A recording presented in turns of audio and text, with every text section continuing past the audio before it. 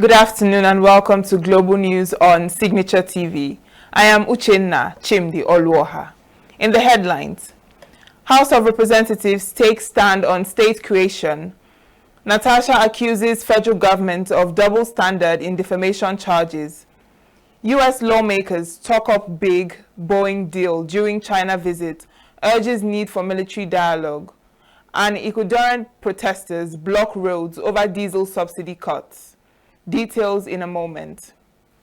Every second, every minute, every day, news is breaking, events occur, and there are new developments. At Signature TV, we follow these stories objectively, bringing all sides without bias, explaining the complex issues, breaking down the numbers, and investigating the issues behind the news.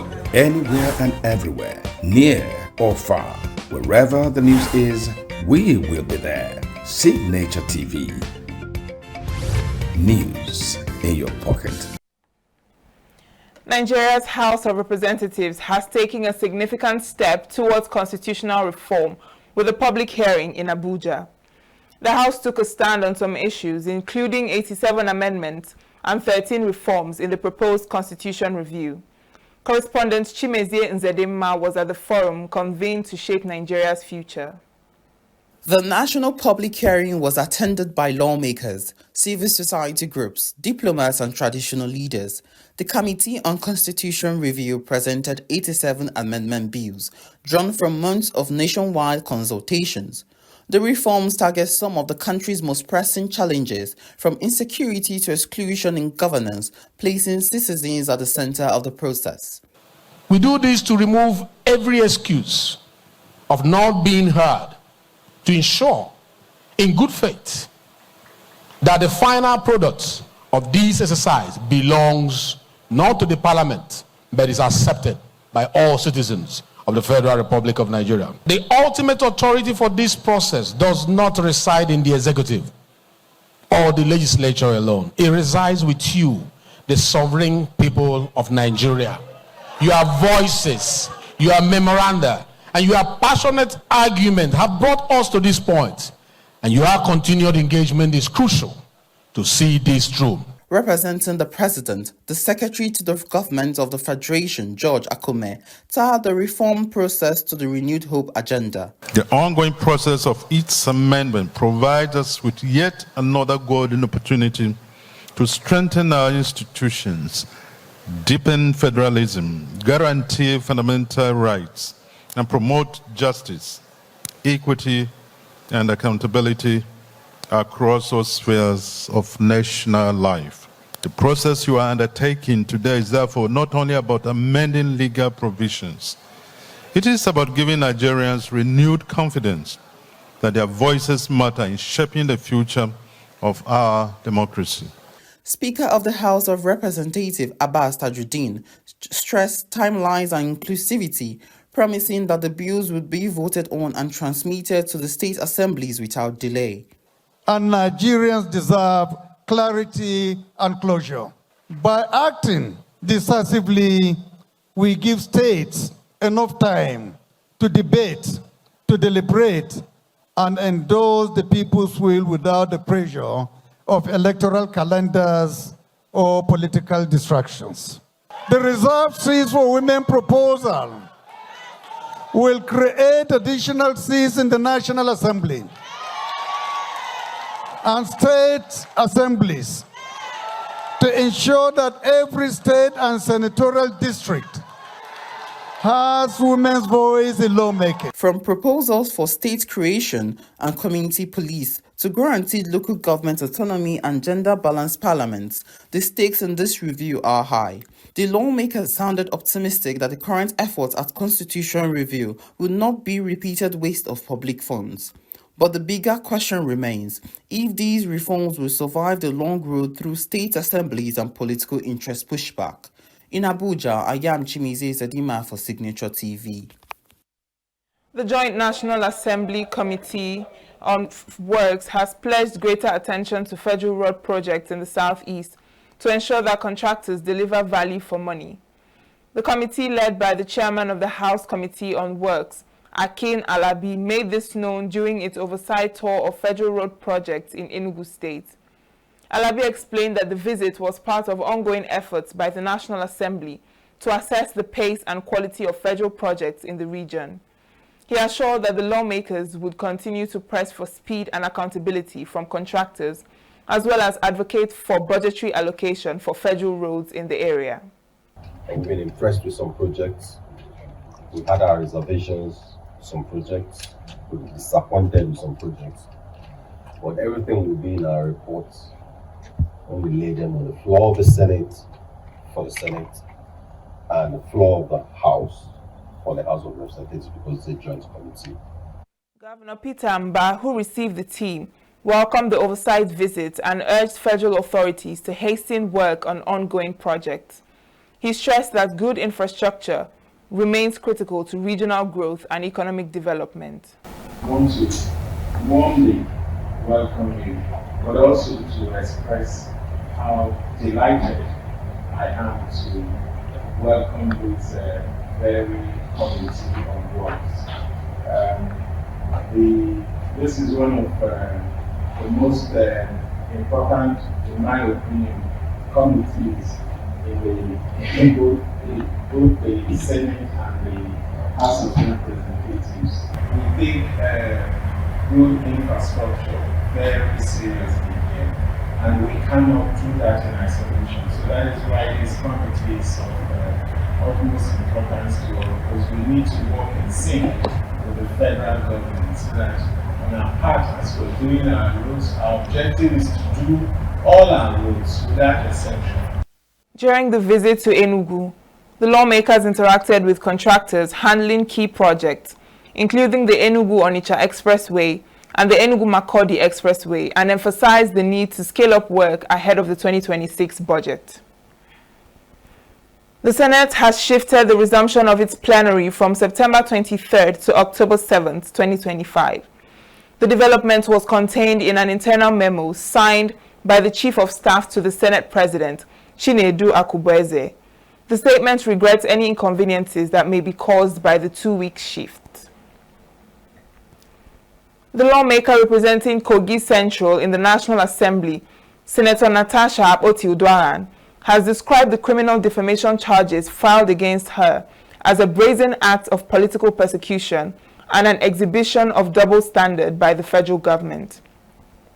In a preliminary objection seeking the dismissal of the 6 counts filed against her by the Attorney General of the Federation, the Kogi senator contended that while the federal government was quick to file charges against her based on the complaint of the Senate President, Godswill Akpabio, the same government ignored her own earlier petitions against Akpabio. She is also challenging the jurisdiction of the courts and insisting that the Attorney General of the Federation has no locus standi to prosecute what she described as a private defamation case. Her legal team, led by 4 senior advocates of Nigeria, Professor Roland Otaru, Dr. E. West Idahosa, J.J. Usman, and M.J. Numa, argued that the charges were unconstitutional, frivolous, and designed to intimidate opposition voices. The defense further submitted exhibits showing that her comments fell within the ambit of public discourse and media commentary, noting that prosecuting her statements as crimes was inconsistent with democratic norms, insisting that defamation matters are inherently civil in nature and that attempting to criminalize them constitutes intimidation, suppresses free speech, and represents a misuse of the criminal justice system. The charges center on her claim that Akpabio allegedly instructed Bello to have her killed in Kogi State, a statement she reportedly made at a public gathering in Ihima on April 4, 2025, and later repeated during a television interview. Prosecutors say the remarks were false, malicious, and capable of inciting violence, endangering lives, and breaching public order. Meanwhile, a coalition of women's rights organizations has escalated the standoff between Akpoti-Uduaghan and the Senate to the United Nations, accusing the Senate leadership of gender-based discrimination. In a formal complaint submitted to the UN Special Rapporteur on Violence Against Women and Girls, Rim Aslalem, the Manifesto Network, representing more than 350 organizations, argued that the Senate's actions breach Nigeria's obligations under the Convention of the Elimination of All Forms of Discrimination Against Women, which the country ratified in 1985. The group's convener, Dr. Abiola Akiyode Afolabi, said the issue borders on the integrity of Nigeria's democracy and questioned that hope of an ordinary Nigerian woman if a senator can be silenced for reporting harassment. The complaint urges the UN to pressure Nigeria's government and the Senate to comply with the Federal High Court's ruling by reinstating Akpoti Uduaghan immediately and to establish an impartial investigation into her harassment claim. Signatories to the petition include Amnesty International Nigeria, FIDA Nigeria, BOBAB for Women's Human Rights, Women in Management, Business and Public Service, and Stand to End Rape. A 68-year-old woman, Mrs. Victoria Madubuku, of Ndiambe Ozuitim in Bende local government area of Abia State, has been arrested by the police for allegedly flogging a 22-year-old girl, Nnenna Eke, to death with a native cane known as Opete after an altercation. The Abia State Commissioner of Police, Danladi Issa, who addressed journalists at the police headquarters, Umuahia, said that the victim, Nnenna Eke, fell sick as a result of the flogging and was taken to a hospital where the doctors confirmed her dead. Issa, who said that the corpse of the 22-year-old girl had been deposited in a mortuary in Akelu in Bende, disclosed that the suspect, Mrs. Victoria Madubuku, was arrested by the police while investigation on the matter is ongoing at State Criminal Investigation Department, Umuahia. In a related incident, the commissioner said that a 31-year-old man, Chinonso Chukwuemeka, from Abai village, was stabbed on the chest by one man, Chimobi Wanne, of the same address, during a scuffle about a business transaction. He said that the victim was rushed to hospital for medical attention, but was confirmed dead by doctors. The Commissioner of Police, who further said that the suspect, Chinonso Chukwuemeka, fled to Umwezenta Mbasi village after committing the crime, said that he was nabbed by police officers from Western Ngwa Divisional Headquarters and that investigation is ongoing. A coalition of opposition groups have advised former Vice President Atiku Abubakar and the 2023 Labour Party presidential candidate Peter Obi to work together or be prepared to hand President Bola Tinubu a second term on a platter of gold. Coalition of civil society groups, including the Safe Democracy Mega Alliance, SDMA, and the Civil Societies Alliance, among others, gave this advice at a gathering in Abuja. The South-South coordinator of SDMA, Tony Akeni, who is one of the signatories of the communique issued after the meeting, explained that the gathering reached the conclusion that Atiku and Obi must unite to make an impact in 2027. Akeni noted that if the right decisions are taken by stakeholders and opposition political parties and electorates, the urgent objective of emancipating our country through the ballot will be achieved in 2027. He noted that Nigeria is blessed with two outstanding political opposition figures, each one eminently qualified to preside over the country as president and recover the nation to the path of greatness from 2027 forward.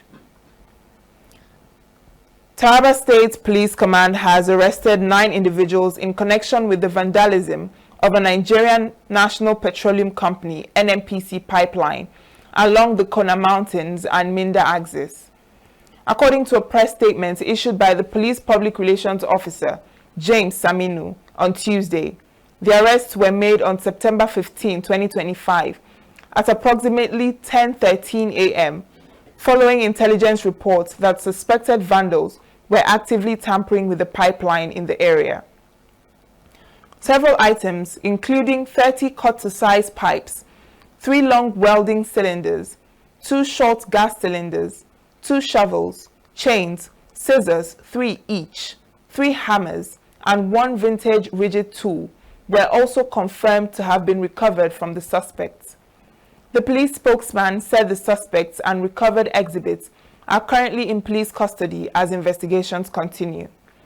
The State Command reaffirmed its commitment to protecting critical infrastructure and warned that anyone found engaging in acts of sabotage will face the full weight of the law.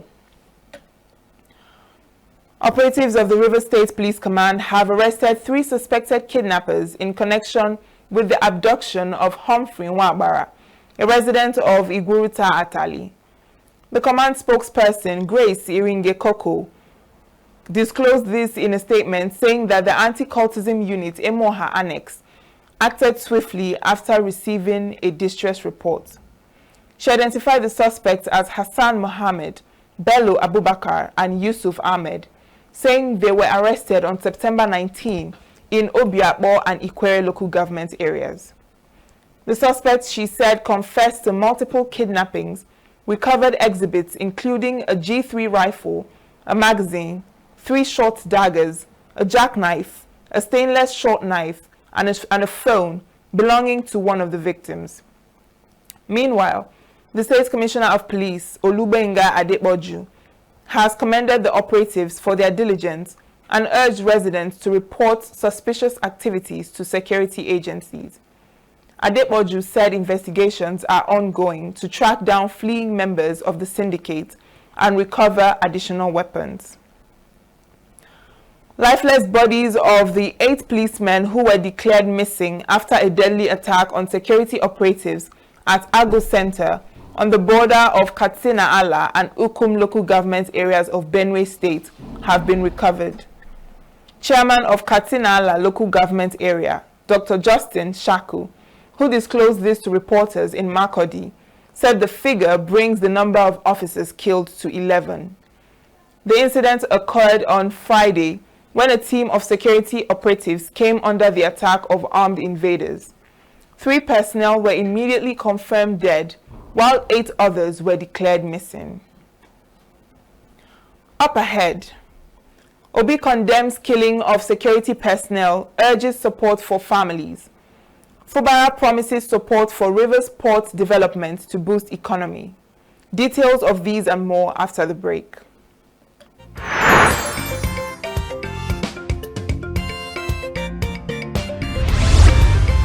Signature TV, news in your pocket.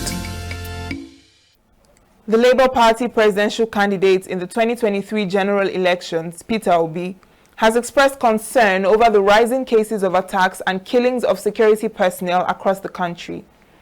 Obi, in a post via his official X handle on Tuesday, described the spate of violence against soldiers, policemen, members of the Nigeria Security and Civil Defense Corps, and vigilante groups as tragic and unacceptable. The former Anambra State governor stressed that the sacrifices of security operatives to the nation must not go unappreciated. He said it is regrettable that the country has been thrown into mourning yet again, with the reported tragic killings of some security personnel who have paid the ultimate price in the line of duty, dedicating their lives to the safety and stability of the nation. Obi therefore urged leaders at all levels to take urgent steps to better equip and motivate security operatives, insisting that security must form the foundation of governance. According to him, Nigeria cannot continue to bury its security personnel while abandoning their families, calling for adequate compensation and support for the dependents of fallen officers. A legal practitioner, Nnadiume Ofokansi, has advised the Nigerian government to engage citizens in genuine dialogue to understand their grievances as one way of ensuring enduring peace in the country. Ofokansi, who was speaking on Signature Morning, a breakfast show on Signature TV, noted that the real challenge facing the country is how to identify those factors threatening the peace of the country. He said that until authorities commit efforts to tackle the underlying factors fueling agitations in parts of the country, genuine solutions may not be found. There is this IPOB agitation also in the southeast for the state of Biafra, for the country of Biafra. And then there is also this agitation in the north. that clamors for Arewa Republic. I found out that it is because of the strange marriage called Nigeria that has given rise to all those agitations. Now, such agitations, you can look for peace. If you want national stability, you can call them to a round table. What do you want? We want to be one country. We want to be Nigeria because the bigger we are, the better for us. You give the reason why it should be one country. They will not tell you why they are agitating to have their own separate country. If it is marginalization, you will not tell them, tell me the areas of marginalization. Let me now fill it up. If you have marginalizing them in employment, infrastructure, they say it open. And then you, the government of the day, try to placate them by going to address those critical areas which they have complained about. That is a kind of national peace that is required. The legal practitioner criticized the practice of integrating so-called repentant terrorists into the military, buying items for them or giving them roles under the guise of peace agreements, describing it as ridiculous. He wondered why terrorists who can wipe out an entire community in a single day should be considered for peace talks. We have reasons to believe, not reasons, they are very on the public domain. People who have been captured as terrorists by our soldiers, you now wear them good uniforms, say you give them training, wear them white, buy them bags of rice, and then reintegrate them into the Nigerian army. Then you talk of peace. In fact, the thing is that Nigeria doesn't want to discuss peace. That's what I have just seen. The Tinubu, in fact, the APC government doesn't want to discuss peace. Because if you can recall, during the run-up to the 2023 election, one radio host in the north, Ofokansi further urged the authorities to rely on verified databases to know the number of displaced persons that have been rescued from the den of terrorists and the armed men who have actually surrendered, while cautioning against negotiating with bandits. Mixed reactions have trailed the recent 100% hike in fees for the Nigerian standard passport recently announced by the Nigeria Immigration Service. Under the new fee structure, applications made within Nigeria will now cost 100,000 naira for a 32-page passport with 5-year validity and 200,000 naira for a 64-page passport with 10-year validity. Our correspondent Christopher Lele sampled opinions from citizens on the issue. Nigerians have expressed divergent views about the hike of the Nigerian standard passport fee by the Nigerian government. The upward review, which was recently made public by the Nigerian Immigration Service, placed the Nigerian passport fees at 100,000 naira and 200,000 naira for the 5-year and the 10-year validity. The increase comes barely a year after the federal government approved an earlier adjustment in August 2024, which raised the 32-page 5-year booklet from 35,000 naira to 50,000 naira and the 64-page for 10 years from 70,000 naira to 100,000 naira. According to the government, the increase is necessary to sustain quality, curb corruption, and ensure timely delivery of the travel document. Just recently, the Minister of Interior, Olubunmi Tunji-Ojo, stated that Nigerians can now get their passports delivered to them 1 week after application. There is already an arrangement with courier company, will send it to you. It means that maximum within 1 week, once it's open, within 1 week, you enroll for your passport. You get your passport seamlessly, removing the bottleneck and removing the corruption within the system. However, some Nigerians who spoke on the new increment of the passport fee described the government's action as insensitive. I think it is insensitive. Insensitive in the sense that it is only in Nigeria that the passport fee is higher than the minimum wage of workers. If you are increasing all these things, why don't you increase living standard? Increasing of passport fee is less important. Rather, let them channel their energy towards fighting corruption and insecurity in the nation. This is not worth it at all. I think it's one of the insensitive things to do especially looking at the economy of the nation currently? Okay, except you are trying to tell us that you don't want people to travel. I wouldn't say it's a welcoming policy. I think that there are other ways, that they could have done it than putting 100% increase on passport fee. If there are things that you needed to settle, there are ways, because it's going to, I don't think they had to sit down and think, how would this affect the citizens? Because it is affecting the citizens. People can barely feed, and when they eventually save up some money and the passport fee has got increased. So I think it's not sensitive. Many ordinary Nigerians already battling harsh economic realities. You will see that these particular increments have added burden instead of relief. While we welcome the reform that genuinely enhance efficiency, security, and adjustment, but we also have to match it with a clear, transparent improvement that citizens can see and feel also. Others, however, believe that the hike is not a bad idea as long as improvements can be achievable in the immigration sector. But those seen as welcome development will see that, okay, actually, if they are going to improve their services, make these things easier for us, then of course it should be. Because, they already made the renewal so effective now that you can stay online, make applications, and it's at your doorstep. As long as you're going to actually make do and back your words with actions, they are okay with it. A university lecturer, Professor Chidozie Chukwuokolo, explained the poor psychological effect the passport fee increment may have on some citizens and the possibility of Nigerians using illegal means to travel out of the country due to lack of funds. They are making things more difficult and crime will increase for people to live. And look at what is going on with our people. They trek to travel, enter, take the risk of entering into the ships or whatever to get into Europe, and a lot of them keep dying all the time. And even when they don't die and they escape, they are made slaves and all whatnot. So I think it is insensitive. The government should put a human face in what it does. While others believe the hike of the passport fee may minimize the Japa syndrome, others feel it still doesn't make any difference, as Nigerians can still work hard to get the funds. I don't think so. Nigerians are very resilient people, and we've been known to survive anywhere and anything. So this is just going to be another challenge to be won, right? I don't think it's going to affect anybody that truly wants to leave Nigeria for a better future that they think that they need.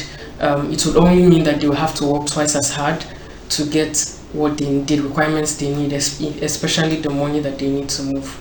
Some people have also said that it is a way of controlling the Japa syndrome, because if the money goes higher and you're unable to get all this things, you won't Japa. But it is not true. It might not necessarily happen that way, because we are making things more difficult and crime will increase for people to live.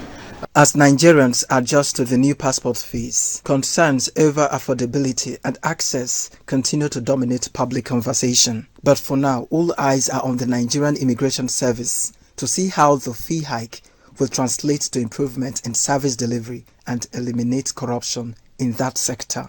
Christopher Lele, Signature TV. Nkechi Nyeremba, wife of the Enugu State Governor, has launched a new initiative to support women in Owo, Nkanu East local government area of the state. The initiative, which is part of efforts to cushion the effects of economic hardship and strengthen women's role in the community development, was held at the Smart Green School, Owo. Mba, who presented food items including bags of rice and wrappers, said that the program is designed to provide relief in the face of rising food crisis and economic challenges, while also encouraging women to remain resilient. This program, or gathering, as we may call it, is designed to support and interact with you all, provide some relief from the burden of the economic hardship. Economic empowerment is not just about financial independence, but also about creating a world where every woman can make informed decisions, assert her rights, and contribute meaningfully to the society.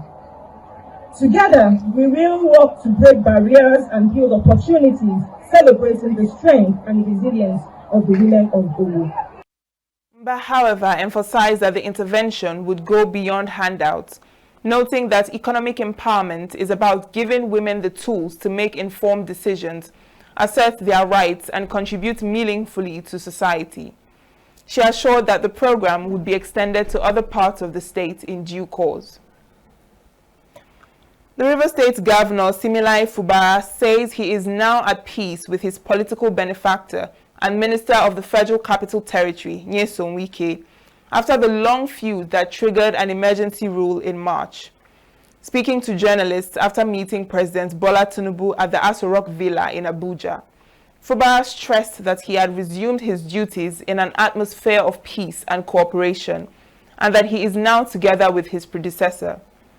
Fubara revealed that his visit to Tinubu was a courtesy call and an opportunity to seek direction following the expiration of the 6-month emergency rule that saw his suspension and those of key political leaders of the state.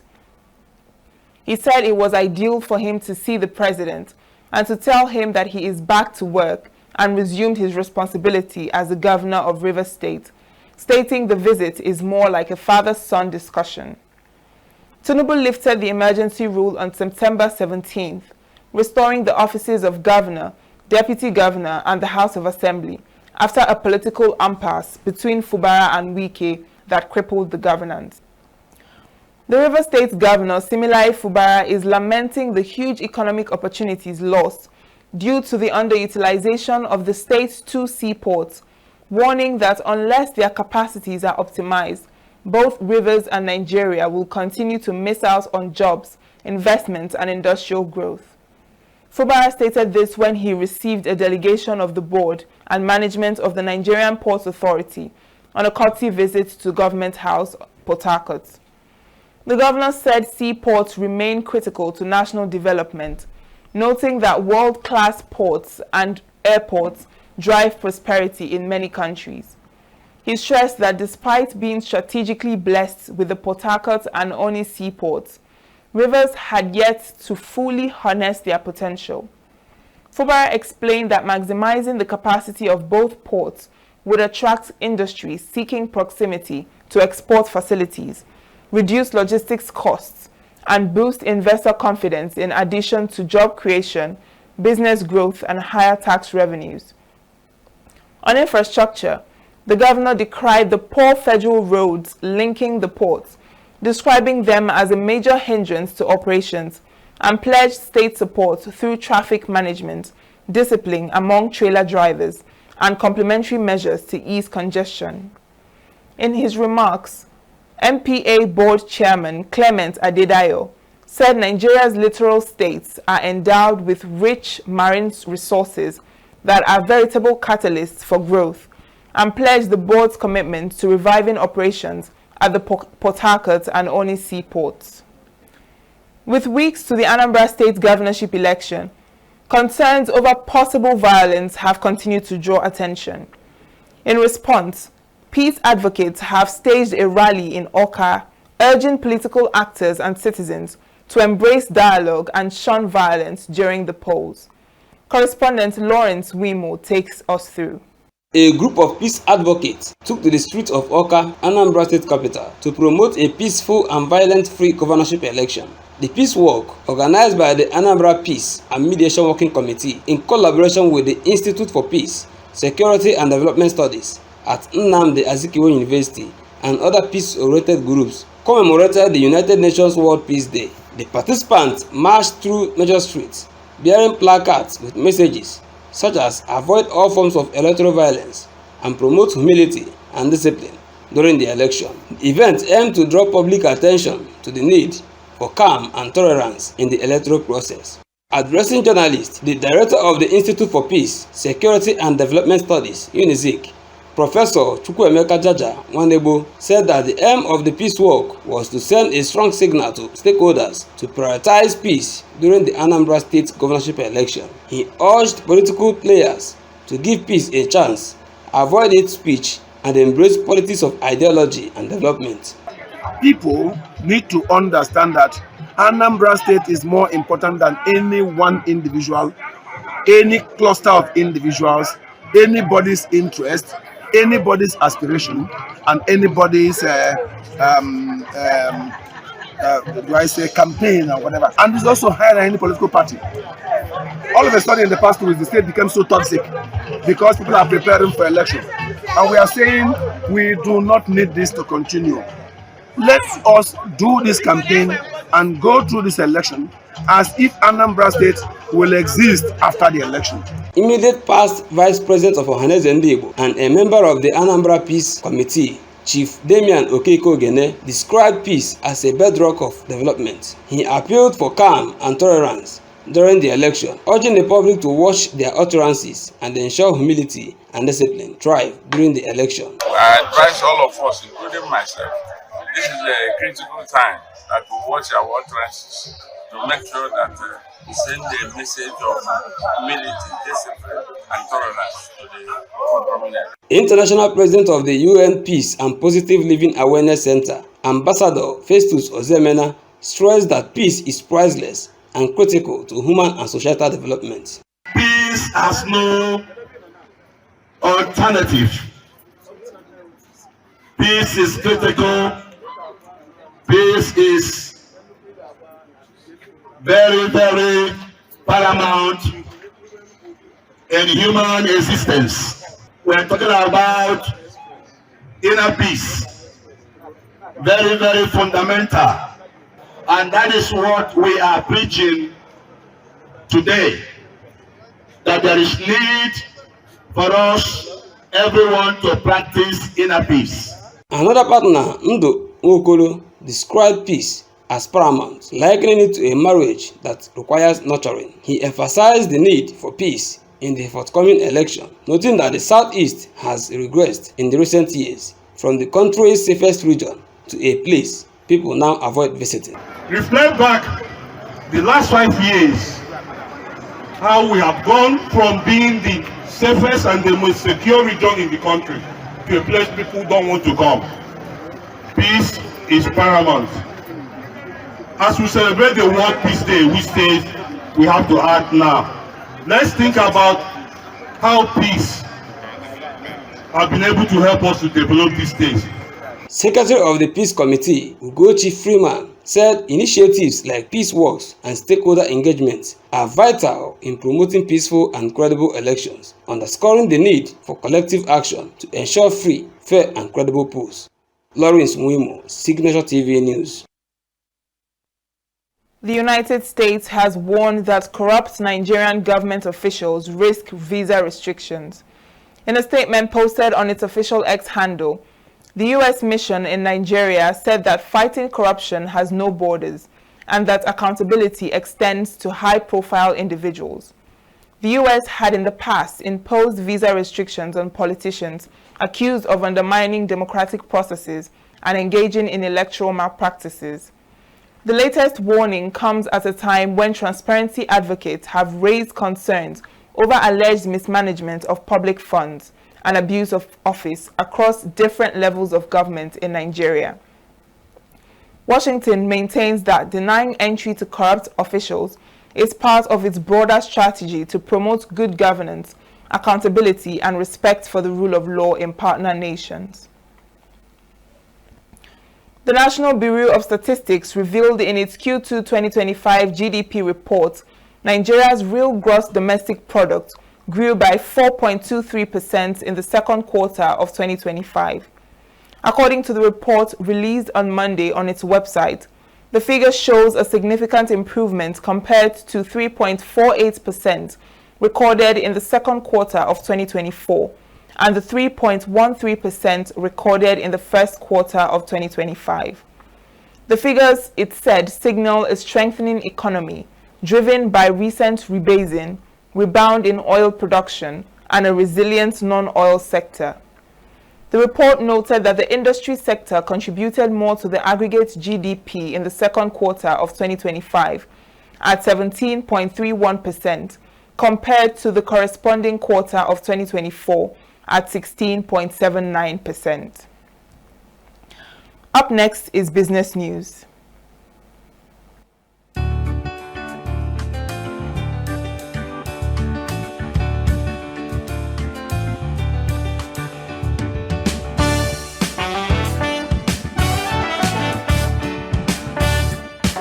Nigeria's inflation rate slowed to 20.12% in August, down from 21.88% in July, bringing some relief to households battling high food and energy costs.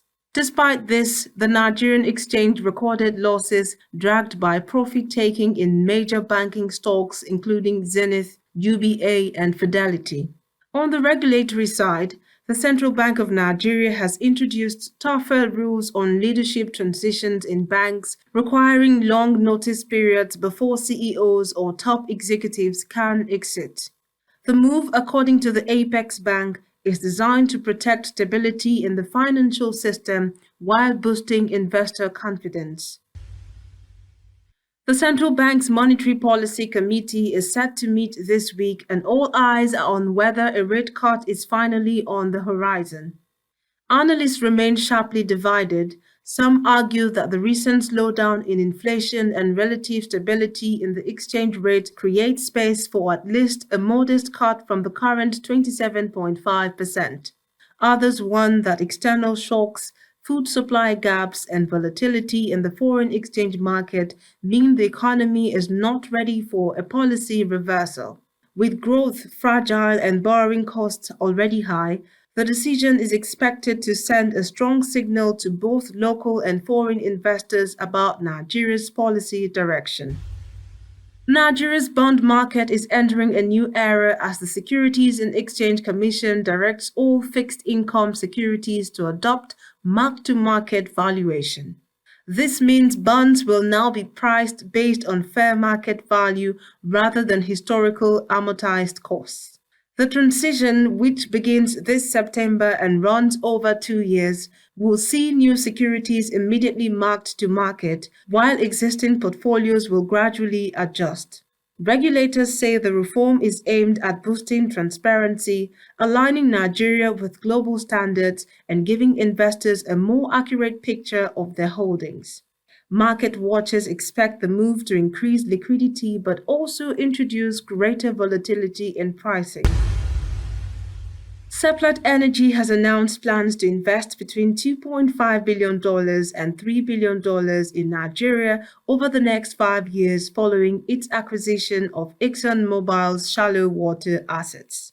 The company says the new investment will push production from about 134,000 barrels of oil equivalent per day to more than 200,000 by 2030. Sept's strategy includes boosting crude output, expanding gas monetization projects, including LNG opportunities, and rehabilitating infrastructure tied to acquired fields. The energy giant says the plant underlines its confidence in Nigeria's oil and gas sector and its ambition to remain the leading indigenous energy player in the country. Nigeria's Eurobond market closed Friday, September 19th, with yields showing a mixed picture across maturities. Short-term bonds such as the 7.625% issue due in November 2025 are trading near 6%, while longer-dated securities stretching to 2040 carry yields between 8.75% and 10.3%. According to the Debt Management Office, prices for some bonds are above par, reflecting strong demand, while others trade at discounts as investors weigh risks.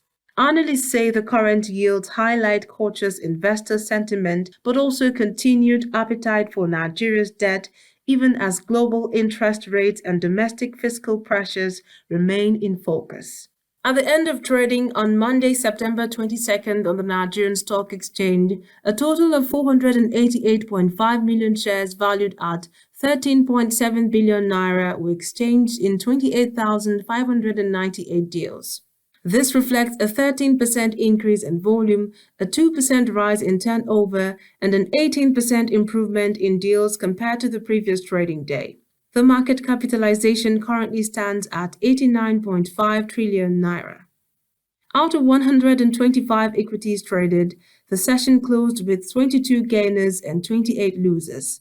Royal Exchange led the gainers, rising by 9.8% to close at 2 naira 24 kobo per share, followed by Secure Electronic Technology with a 6.67% closing at 0 naira 80 kobo. Charms with a 6.13%, closing at 3 naira 29 kobo, and Prestige Assurance with a 5.75% increase, closing at 1 naira 84 kobo.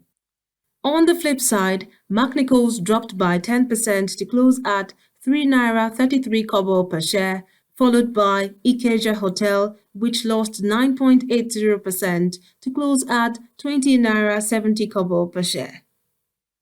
The benchmark all-share index ASI shared 347.12 points to close at 141,498.20 points.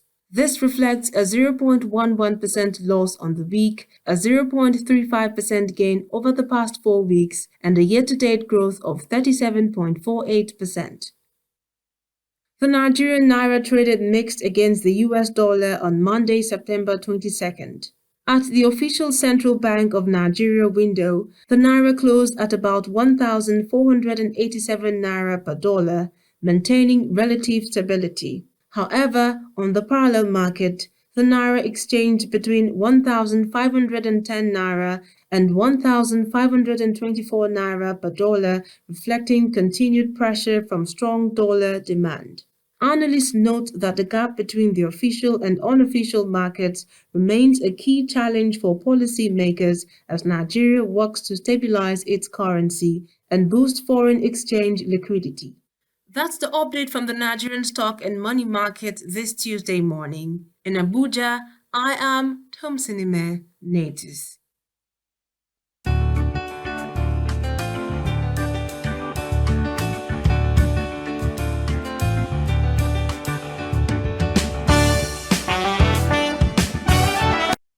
A group of U.S. lawmakers on a rare visit to Beijing raised a deal with top Chinese leaders which would see China commit to buy more Boeing jets. Adam Smith, a U.S. Democratic representative, told a news conference on Tuesday. U.S. Ambassador to China, David Perdue, said he thought the negotiations had entered their last days or weeks, adding that the deal is very important to the president. Boeing is in talks to sell as many as 500 jets to China, Bloomberg reported last month. That would represent a major breakthrough for the company in the world's second largest aviation market, where orders have stalled amid U.S.-China trade tensions. The visit, which began Sunday, marks the first House of Representatives delegation to China since 2019, after which U.S.-China relations deteriorated during the coronavirus pandemic. The lawmakers met China's second-ranking official, Li Qiyan, on Sunday, and with Economy Tsar Hilefeng and Defense Minister Dong Jun on Monday, raising the need for more military dialogue. Costa Rican President Rodrigo Chavez will retain his immunity from prosecution after lawmakers failed on Monday to secure the votes needed to strip his legal protections, allowing him to remain in office despite corruption allegations. The Legislative Assembly fell short of the 38 votes required to remove Chavez's immunity, with 34 opposition lawmakers supporting the measure and 21 voting against it. Chavez faces corruption charges, including extortion, related to his handling of funds from the Central American Bank for Economic Integration. Prosecutors requested his impeachment in April, following the launch of the investigation. The president has dismissed the allegations as a setup and judicial coup. Hundreds of indigenous people and farmers blocked roads across Ecuador on Monday, with burning barricades and tree trunks, defying a state of emergency to protest government cuts to diesel subsidies. The demonstrations turned violent in Otavalo, northern Ecuador, with protesters setting fire to the interior of a police station and vehicles outside the building. Police officers were seen extinguishing fires while soldiers threw tear gas canisters at demonstrators. The Pinchicha province in the central north, burning barricades dotted roadways as municipal workers used chainsaws to cut through tree trunks, blocking traffic. Police maintained a heavy presence in affected areas.